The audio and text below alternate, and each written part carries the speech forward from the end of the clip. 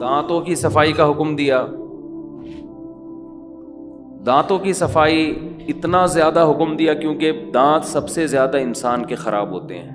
جب بھی کھائے گا تو کچھ نہ کچھ دانتوں میں لگا رہ جائے گا کہ نہیں لگا رہ جائے گا. بار بار حکم دیا مسواک کرنے کا. یہ بات خوب سمجھ لیں, کھانے کے بعد مسواک نہیں ہے, کھانے کے بعد خلال کا حکم ہے. خلال کا مطلب جو کچھ دانتوں میں پھنس گیا ہے آپ اس کو دھاگے سے نکالیں. ہمارے نبی صلی اللہ علیہ وسلم کھجور کی چھال کا جو تنکا ہوتا ہے نا اس سے خلال کیا کرتے تھے. سمجھتے ہیں کہ نہیں سمجھتے؟ اور خلال میں جب بھی کھانا کھائیں تو اس کے فوراً بعد خلال, یہ سنت ہے نبی صلی اللہ علیہ وسلم کی. ہمارے شیخ حضرت مفتی رشید احمد صاحب رحمہ اللہ تعالیٰ کھانے کے بعد باقاعدہ شیشے کے سامنے کھڑے ہو کر خلال کرتے تھے, دانتوں میں جو کچھ پھنسا ہے اس کو نکالا جائے. اس سے دانتوں کی لائف بڑھ جاتی ہے. لیکن یہ ابھی میرا موضوع نہیں ہے, ایک چھوٹی سی بات کر کے میں ٹاپک کی طرف آتا ہوں. خلال کی بات آئی ہے. بہت سے لوگ دانتوں میں خلال اس طرح سے کرتے ہیں کہ دانت کا بیڑا غرق کر دیتے ہیں. اتنے بڑے بڑے کھڈے سوراخ دانتوں میں کر دیتے ہیں, تیلیاں گھسیڑ رہے ہوتے ہیں اندر نا, یوں کر جیسے کوئی گٹر لائن ہے جو تم صاف کر رہے ہو. اس سے اور خلا پیدا ہو جاتا ہے, مسوڑوں کے اندر خلا پیدا ہو جاتا ہے اور چیزیں پھنسنا شروع ہو جاتی ہیں.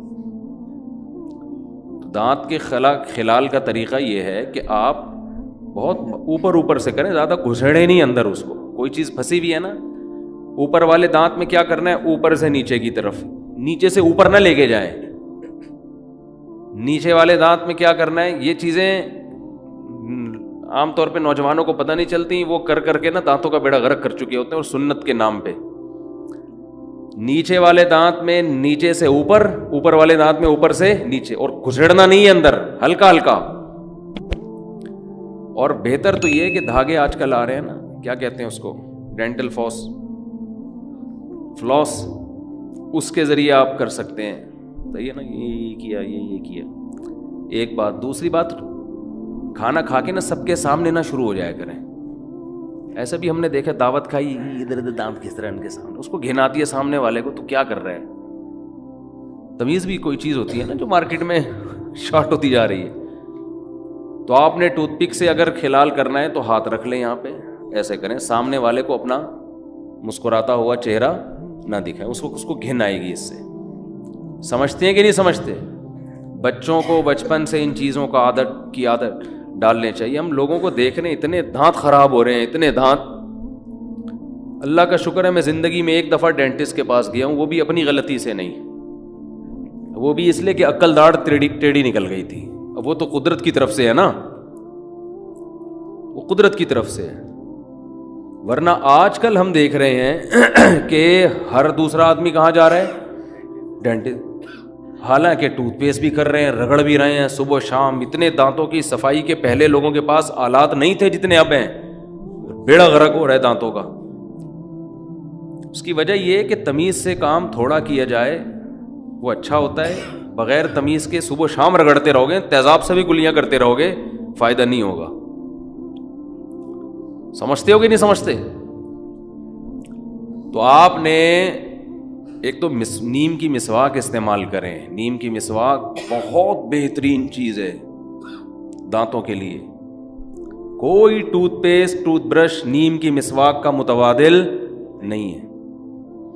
اور ایسے کیا کریں کہ یہ جو مسواک, کراچی میں نیم بہت اعلیٰ کوالٹی کا ہے, ورنہ بعض جگہوں پہ نیم میں وہ کڑواہٹ نہیں ہوتی. تو آپ نے کیا کیا, اپنے ایک انگلی کے برابر جو ہے نا موٹائی میں, جو آپ کو جیسا لگے, اس میں کوئی وہ نہیں ہے, آپ نے شاخیں ایک خاص ترتیب سے کاٹ کے گھر میں رکھ لیں. آپ 5-10 لکڑیاں اتنی آپ نے شاخیں کاٹ کے رکھ لیں. وہ 2-4 دن میں خشک ہو جائیں گی. خشک ہونے کا فائدہ یہ ہوتا ہے پھر اس کا برش بن جاتا ہے آرام سے. سمجھتے ہو کہ نہیں سمجھتے؟ تو آپ نے کیا کرنا ہے, صبح جب اٹھے آپ تو وہ نیم کی مسواک, نبی صلی اللہ علیہ وسلم صبح اٹھتے ہی اٹھنے کی دعا پڑھتے, الحمدللہ الذی احیانا بعدما اماتنا والیہ النشور. تمام تعریفیں اس اللہ کے لیے ہیں جس نے ہمیں موت کے بعد دوبارہ زندہ کیا. کتنا اچھا لگتا ہے اٹھتے ہی سب سے پہلے انسان اللہ کا نام لے. موت کے بعد دوبارہ زندہ کیا وَإِلَيْهِ النُّشُورُ, اور ایک دن ہم نے دوبارہ اٹھنا ہے اسی کے پاس. اس طرح ہم قبر سے بھی ایک دن اٹھیں گے. جیسے بستر پہ سوتے ہیں ہمیشہ کے لیے نہیں سوتے, ایسے ہی قبر میں جب سوئیں گے تو بھی ہمیشہ کے لیے نہیں. ایک دن آئے گا فرشتہ, چل بھائی اٹھ جا, بہت سو لیے, حساب دے اب جو کچھ کر کے آیا ہے. یا وہی وہ کیا ہے سورہ یاسین میں, من بعثنا من مرقدنا, کافر کہے گا ہائے بدبختی, کس نے ہماری خوابگاہوں سے ہمیں جگا دیا. یہ خوابگاہ اس لیے کہا ہے کہ جب قیامت کا پہلا سور پھونکا جائے گا نا, تو جو عذاب قبر کسی کو ہو رہا تھا, ثواب ہو رہا تھا, وہ بھی ختم ہو جائے گا, بالکل سب ختم. پھر کتنا عرصہ اللہ ہی جانتے ہیں. دوبارہ جب سور پھونکا جائے گا تو یہ جو درمیان کا ٹائم تھا, قیامت کا پہلا اور دوسرا سور, اس کے درمیان کا جو ٹائم تھا, یہ ٹائم میں کائنات ساکت ہوگی, کچھ بھی نہیں ہوگا اس دوران, نہ کوئی عذاب نہ ثواب, روحیں بھی بے ہوش ہو چکی ہوں گی.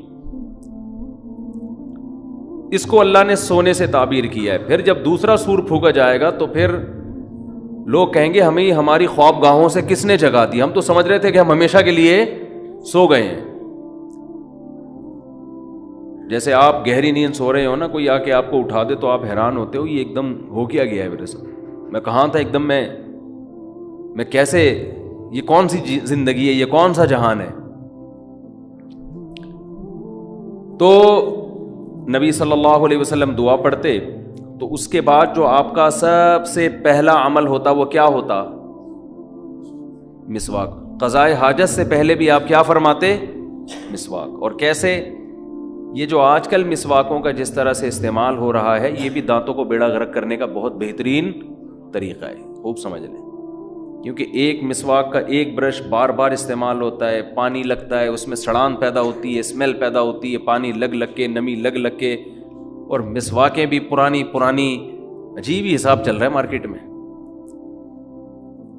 اور کچھ مسواکیں تو ایسی ہیں ان میں مسواک کے علاوہ سب کچھ ہے, ڈنڈیاں ہیں, وہ مشہور بہت ہیں جی. جی زیتون کی مسواک ہے, ٹھیک ہے استعمال کرتے ہیں لوگ, زیتون کی نہ کرنے سے بہتر ہے, لیکن وہ نیم کی مسواک استعمال کریں. یہ پیلو کی مسواک نہیں ہوتی جو بہت تیز ہوتی ہے. تو خیر آپ نے کیا کرنا ہے, نیم کی مسواک سرانے رکھ کے سو گئے, جب صبح اٹھتے ہی دانتوں میں چبا کے اس کو گول گول کرنا, بولو نا کیا ہو گیا, ایسے کر رہے ہیں, دیکھیں یوں دانت کے بیچ میں رکھا, تھوڑا سا آپ کو لگے گا میں یہ نہیں چبا سکتا, بہت سخت ٹہنی ہے یہ, لیکن لگے گا آپ کو تھوڑی دیر میں نرم ہو جائے گی. چبانا شروع کیا اور گھمانا شروع کیا, چاروں طرف سے نا ہلکی ہلکی نرم ہوگی. یہ آپ یہ نہ سمجھیں یہ ٹائم ضائع ہو رہا ہے آپ کا. ایک تو مسواک کا ثواب ملنا بھی شروع ہو گیا, اور دانت آپ کے صاف ہونا شروع ہو چکے ہیں اس عمل کے دوران. آپ کہیں گے ابھی ہم نے دانتوں پہ رگڑنا تو شروع کیا, نہیں تو صاف کیسے ہو گئے. او بھائی آپ کے منہ سے جو تھوک نکلنا شروع ہوگا نا, لعاب بننا شروع ہوگا, اور مسواک کا جو کیمیکل نکلنا شروع ہوگا, ان کے کمبینیشن سے آپ کا حلق, آپ کا منہ اور یہ سارے جرمز مرنا شروع. اور یہ جو ہمارے مسوڑوں کو انگلش میں کیا کہتے ہیں یار, ایک آسان سا لفظ, گمس. آپ کے جو گمس ہیں نا, جب آپ اس کو چباتے ہیں تو وہ بھی کشادہ ہونا شروع ہو جاتے ہیں, ان میں اسپیس بننا شروع ہو جاتی ہے, بلڈ سرکولیٹ کرتا ہے نا. جب مسواک کو آپ چبانا شروع کرتے ہیں تو آپ کے دانتوں میں بلڈ کی سرکولیشن بڑھے گی کہ نہیں بڑھے گی. ابے جب چلو گے تو ٹانگوں میں سرکولیشن بڑھتی ہے نا, ہاتھ سے وزن اٹھاؤ گے تو ہاتھ میں بلڈ کی سرکولیشن, تو جب چبانا شروع کرتے ہو تو سرکولیشن بڑھتی ہے. تو آپ کے جو گمس ہیں وہ مسواک کا کیمیکل جذب کرنے کے لیے ریڈی ہو جاتے ہیں. یہ پورا ایک نیچرل پروسیس ہے جو برش میں نہیں ہوتا. برش کو چبایا نہیں جاتا, برش گڑ کیا رکھ دیا, وہ بھی صحیح ہے, وہ ایسا نہ ہو وہ بھی چھوڑ دیں, نہ ہونے سے 1000 گنا بہتر ہے, کچھ تو کریں. لیکن مسواک کا الٹرنیٹ نہیں ہے برش. اور مسواک کا جو کیمیکل بالکل آرگینک ہے. آپ کو پتہ ہے آج دنیا میں آرگینک چیزوں کی قدر بڑھتی جا رہی ہے.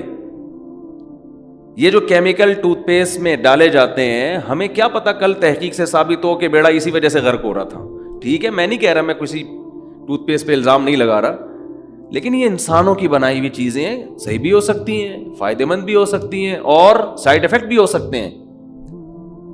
پیغمبر کبھی ایسی چیز استعمال نہیں کرتے جس میں 1% بھی نقصان کا پہلو، کیونکہ پیغمبروں کی گائیڈنس کہاں سے ہوتی ہے؟ اللہ کی طرف سے۔ ہر پیغمبر نے مسواک استعمال کی ہے۔ اگر اس مسواک میں نقصان ہو رہا ہے تو آپ کا اپنا قصور ہے، آپ استعمال غلط طریقے سے کر رہے ہو اس کو۔ تو آپ نے کیا کرنا ہے میرے بھائی؟ دانتوں کے درمیان میں رکھ کے اس کو ہلکا ہلکا چبانا ہے اور گول گول گھمانا ہے، یہاں سے بھی اور لیفٹ سائڈ، تاکہ دونوں جبڑے آپ کے استعمال ہو نا۔ تو اس سے کیا ہوگا کہ آپ کے گمز میں وہ کیمیکل جذب کرنے کی صلاحیت بڑھے گی، اور آپ کے دانت تیار ہو جائیں گے کہ ہمیں صاف کرو۔ بالکل جیسے ہم جب کھانا کھاتے ہیں تو چباتے ہیں تو معدہ ہمارا نگلنے کے لیے تیار ہو جاتا ہے، اور وہ کیمیکل پہلے سے چھوڑنا، بغیر چبائے نکلیں گے تو ہضم نہیں ہوتا۔ یہ پورا ایک نیچرل پروسیس ہے، چبانے سے شروع ہوتا ہے یہ مسواک کے، سمجھتے ہو؟ پھر آپ نے کیا کرنا ہے؟ جب چبا چبا کے ہلکا ہو گیا تو پھر آپ نے اس کو دانتوں پہ رگڑنا ہے تمیز سے۔ خلال آپ رات کو پہلے ہی کر چکے تھے، اس کا فائدہ یہ ہوگا کہ ایسا نہیں ہوگا کہ مسواک کے جو کیمیکل ہے آپ کے دانتوں کے بیچ میں نہ جائے، کیونکہ جو خلال آپ رات کھانے کے بعد کر چکے تھے اس سے وہ سارے دانت پہلے جو بڑے بڑے اس میں فالٹ تھے، جو چٹانیں پھنسی ہوئی تھیں، وہ کیا ہو گئیں؟ پورے پورے گوشت کے لیگ پیس پھنسے ہوئے تھے، اس میں پٹ کے گوشت پھنسا ہوا تھا، جو بھی تھا وہ سارا کیا ہو گیا ہے؟ نکل گیا۔ اچھا، ابو داؤد کی حدیث ہے، آپ صلی اللہ علیہ وسلم نے فرمایا جب دانت سے خلال، زبان سے خلال کرو تو نگل لو، جب کسی باہر کی چیز سے خلال کرو تو اس کو باہر پھینک۔ ابے بھائی کوئی گوشت پھنسا ہوا ہے، آپ نے زبان چلائی، نگل لو اس کو، لیکن جب آپ ٹوتھ پک وغیرہ سے خلال کریں تو نگلے نہیں بلکہ اس کو باہر پھینک دیں۔ اس میں کیا حکمت ہے اللہ ہی جانے۔ تو آپ نے کیا کرنا ہے؟ اس مسواک کو آپ نے پھر دانتوں پہ گھمانا شروع کیا، اس کی کڑواہٹ آپ کے جو پھیپھڑے ہیں نا ان تک کو صاف کرے گی، آپ کے گلے کو صاف کرے گی، آپ کی ناک کی رطوبات کو خارج کرے گی۔ وہ ایک ایک چیز میں حکمت ہے، یہ سب پہلے کی کروایا جا رہا ہے۔ اس کے بعد جب آپ وضو کرو گے نا تو آپ کی ناک بھی اچھی طرح سے صاف ہوگی، وہ کیمیکل ناک تک، آنکھوں تک پہنچے گا وہ، اور آپ کی نیند کو بھی غائب کر دے گا، آپ فریش ہو جاؤ گے۔ سمجھتے ہو؟ اس کیمیکل سے کاکڑ دن نہ ہو جائے گا بس۔ اور میں مختصر لفظوں میں اور کیا کہہ سکتا ہوں یار، آپ کر کے دیکھو، مزہ نہ آئے پیسے واپس، اور ایک الگ تازگی محسوس ہوگی آپ کو، ایک الگ ہی خوشی محسوس ہوگی، روحانیت محسوس ہوگی۔ اس کے بعد آپ نے واش روم جانا ہے تو جائیں، اگر ضرورت ہے، نہیں ضرورت ہے تو یہ کوئی فرض واجب نہیں ہے۔ لوگ صبح اٹھ کے نہیں بھی آ رہا ہوتا واش روم جا رہے ہوتے ہیں۔ بعض لوگوں کو دیکھیں نماز کے ٹائم پہ لازمی بیت الخلا گھسیں گے، یہ میری آج تک سمجھ میں نہیں آیا بھائی۔ واش روم کا تو جب تقاضا ہوتا ہے تو نماز کا ٹائم نہیں بھی ہو تو بھی جاؤ، جب تقاضا نہیں ہے تو نماز سے کیا؟ تو نماز اور واش روم یہ لازم ملزوم نہیں ہے، سمجھتے ہو؟ لیکن بہرحال ہوتا ہے صبح صبح عام طور پہ لوگوں کو، تو چلے جائیں واش روم سے فارغ ہو کر پھر آپ نے کرنی ہے وضو۔ اور نبی صلی اللہ علیہ وسلم نے خاص طور پہ صبح کے وقت کے بارے میں فرمایا کہ شیطان آپ کی ناک کے نتنوں کے اندر ٹھکانہ بنا کے رات کو بیٹھتا ہے، حدیث کے الفاظ ہیں۔ تو صبح کے وقت جب ناک صاف کی جائے تو اچھی طرح سے کی جائے، پانی اندر تک پہنچایا جائے، پھر خوب اچھی طرح سے ناک صاف کر کے جو ناک میں رطوبات پھنسی ہوئی ہیں ان کو نکالا جائے۔ حدیث کے الفاظ ہیں شیطان رات وہاں بیٹھتا ہے۔ اب یہ حدیثیں اپنے ظاہر پہ نہیں ہوتی، اس کا مطلب ہے کہ وہ اس جگہ کو صاف کرو، وہ درد سر بنے گا آپ کے لیے۔ کتنے لوگ ہیں صبح اٹھتے بس کلی بھی نہیں کرتے، چائے پینا، بیڈ ٹی وی ہے بڑے گھرانوں میں، بڑے گھرانوں میں نا بستر پہ صاحب کو جگانے کے لیے پہلے کیا چاہیے؟ ٹی۔ وہ مسواک نہیں کرے گا، دانت صاف نہیں کرے گا۔ آپ یہ تکلف نہ بھی کرو نا، صبح اٹھ کے پہلے برش کر لو، بس یہ بھی کافی ہے بھائی، اتنا ٹینشن میں جانے کی ضرورت نہیں ہے۔ ایسا نہ ہو کہ لوگ اتنا پہلے یوں چباؤ پھر یوں کرو پھر یہ چھوڑو یار، تو کوئی بات نہیں، آپ اٹھو برش کر لو پہلے، اس سے بھی فریش ہو جاؤ گے، ٹھیک ہے؟ تو اور ٹوتھ پیسٹ جو ہے نا کمپنیوں کے اشتہار دیکھ کے, ایڈورٹائز دیکھ کے نہ لو, کسی ڈاکٹر سے پوچھو کہ کون سا کرنا چاہیے. ہمارے ہاں چیزیں خریدی جاتی ہیں ایڈورٹائز دیکھ کے کہ کس کا ایڈورٹائز زیادہ آ رہا ہے, حالانکہ عین ممکن ہے جس چیز کو ایڈورٹائز زیادہ آ رہا ہے وہ سب سے زیادہ نقصان دہ ہو, اسی وجہ سے ایڈورٹائز. اور پہلے ڈاکٹر کے اپنے دانت بھی دیکھ لو, ہاں, کہ اگر آپ کو اتنا دانتوں کا پتہ ہے تو اپنے کیوں ایسے خراب ہوئے ہیں آپ کے. اگر وہ کوئی معقول عذر بتاتا ہے بھائی قدرت کی طرف سے بھی بعض لوگوں کے ہوتے ہیں تو ایک الگ بات ہے, وہ تو پھر اللہ کی طرف سے ہے نا. ہمارے ایک جاننے والے حکیم تھے, انتقال ہو گیا, اللہ مغفرت فرمائے. انتقال بھی 100 سال کے بعد جا کے ہوا ہے. حکیموں کی عمریں بڑی لمبی ہوتی ہیں. میں ایک بات ڈاکٹروں سے کہتا ہوں, ڈاکٹر صاحب آپ کی سائنسی ترقی اپنی جگہ, عمریں ابھی بھی حکیموں کی لمبی ہوتی ہیں, ٹھیک ہے نا. حالانکہ پھیکو بھی ہوتے ہیں حکیم میں بہت سے, سارے نہیں. غلط علاج بھی بعض کر رہے ہوتے ہیں, ڈرامے باز بھی بہت ہے, لیکن عمر کس کی لمبی ہوگی؟ حکیم. صحت خوش مزاج ہوگا حکیم. جب آپ ملیں گے لگے گا یار بندے سے مل کے آ رہا ہوں, ایسا لگے گا دماغ بھی اس کا فریش ہے. ڈاکٹر سے ملیں گے تھوڑی دیر میں آپ کو ٹینشن ہونا شروع, عام طور پہ. تو میں نے ڈاکٹروں سے وجہ پوچھی, بھائی ترقی تو میڈیکل سائنس نے بہت زیادہ کی ہے, لیکن صحتیں کس کی حکیموں کی اچھی ہیں. تو ڈاکٹر اس کی وجوہات بھی بیان کرتے ہیں, اور وہ صحیح وجہ ہے کہ حکیموں کی لائف نا نیچر کے زیادہ قریب ہوتی ہے. میڈیسن سے اپنے آپ کو بلا وجہ بلا ضرورت, دواؤں سے اپنے آپ کو, تمام دوائیں بچوں کی پہنچ سے دور رکھے ہیں نا, تو تمام دوائیں بڑوں کی پہنچ سے بھی دور رکھی ہوئی ہوتی ہیں انہوں نے, ٹھیک ہے. اور یہی چھوٹے موٹی چیزیں, نزلہ ہو گیا تو وہ پی لیا بنفشہ شہتوت, ٹھیک ہے نا, جو شاندہ پی لیا بنفشہ شہتوت. دیکھو شہتوت کا بنتا ہے, شہتوت کیسی خاندانی چیز ہے یار, اتنی زبردست چیز ہے نا. تو وہ بنفشہ شہتوت پی لیا, اور زیادہ ایک دم علاج اینٹی بایوٹک نہیں کھائیں تو آہستہ آہستہ باڈی خود ہی اس کو کور کر لیتی ہے. پھر رات کو جلدی سو جانا, صبح جلدی اٹھ جانا, ٹینشن نہ لینا, ٹینشن ہمیشہ دینا. جتنے مریض ہیں ان کو ہمیشہ ٹینشن دینا, نفس پکڑ کے ٹینشن دینا شروع کر دیتے ہیں. آپ کا تو میرا بھی صحیح نہیں ہے. ایک بوڑھا آدمی گیا بیچارہ کسی حکیم کے پاس نا, تو حکیم سے کہنے لگا کہ مجھے کھانسی بہت ہو رہی ہے. حکیم صاحب نے کہا بڑھاپا ہے, ظاہر ہے بڑھاپے میں تو ہوگی کھانسی. اس نے کہا حکیم صاحب جوڑوں میں بھی درد رہنے لگا ہے. حکیم صاحب نے کہا بڑھاپا ہے, بڑھاپا ہے, یہ ٹھیک ہونے کی عمر نہیں ہے, بڑھاپا ہے. حکیم صاحب میں چلتا ہوں تھوڑا سا ادھر بھی کمر میں بھی پین شروع ہو جاتا ہے. حکیم صاحب نے کہا بڑھاپا ہے. حکیم صاحب نے, وہ بوڑھے کو غصہ آنا شروع ہو گیا, یار کوئی علاج بتاؤ یار. تو بوڑھے آدمی کو غصہ آ کے حکیم صاحب سے کہتے ہیں کیا بڑھاپا لگا کے رکھا ہوا ہے یار, ہر بات میں بڑھاپا. حکیم صاحب نے کہا یہ بھی بڑھاپا ہے. جو آپ کو غصہ آ گیا نا, ایک دم ایکسائٹیڈ ہو رہے ہو, تو دیکھو کیا کر رہے ہیں, ٹینشن دے رہے ہیں. ایسے ایسے نسخے بتائیں گے, آدمی کہے گا بھائی یار میں بیمار ہی ٹھیک ہوں.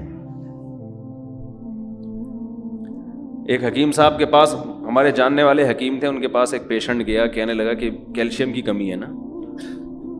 حکیم صاحب نے کہا اچھا نسخے بڑے خاندانی ہوتے ہیں بعضوں کے پاس, لیکن وہ کون بنائے بیٹھ کے. حکیم صاحب نے کہا یہ جو انڈا ہے نا اس کا چھلکا, مجھے پورا بھی یاد بھی نہیں, 15-20 سال پرانی بات ہے, یہ انڈے کا چھلکا لو, چھلکے کو کھرل کرو, کھرل کر کے پتہ نہیں کون سا اس میں کشتا ملاؤ, پھر اس کو مٹکے کے اندر دفن کر دو, 6 مہینے بعد نکالو, پھر اس میں پتہ نہیں اتنا دودھ ملاؤ, کیا کرو, وہ اتنا لمبا. اس نے کہا میں ہڈیوں کے کیلشیم کے بغیر ہی ٹھیک ہوں, میں ہڈیوں سمجھ رہے.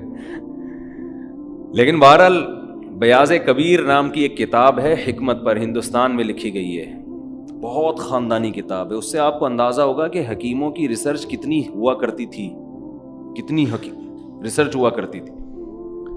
تو آج دیکھو کیسے کیسے عطائی 2 نمبر قسم کے لوگ اس فیلڈ میں گھس گئے ہیں. لیکن کتابیں پڑھ کے خود سے نہ کھانا شروع کر دیں کیلشیم کے لیے, جب تک یا تو کسی ڈاکٹر سے دوا لیں سیدھا انسان کے بچوں کی طرح, یا کوئی صحیح ریلائبل حکیم ہو جو کسی ادارے سے پڑھا ہوا ہو پراپر.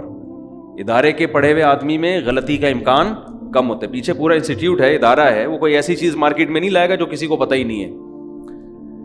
اچھا خیر, ہم کہاں چلے گئے. تو نبی ہمیں یہ بتا رہا تھا کہ آپ صبح اٹھ کے جب اس طرح سے خاندانی طریقے سے مسواک کریں گے, مزہ نہ آئے پیسے واپس, آپ کے منہ میں خوشبو پیدا ہوگی. دیکھو ٹوتھ پیسٹ کی خوشبو نہیں ہوتی, ٹوتھ پیسٹ آپ کے منہ کی بدبو کو دور تو کر دیتا ہے لیکن اس میں خوشبو نہیں ہوتی. مسواک والے جو ہوتے ہیں نا ان کے قریب جاؤ ایک الگ سے آپ کو اچھی اسمیل آئے گی, اس میں ایک الگ سے معدے تک کو فائدہ پہنچاتی ہے نیم کی مسواک, پیٹ کو فائدہ پہنچاتی ہے.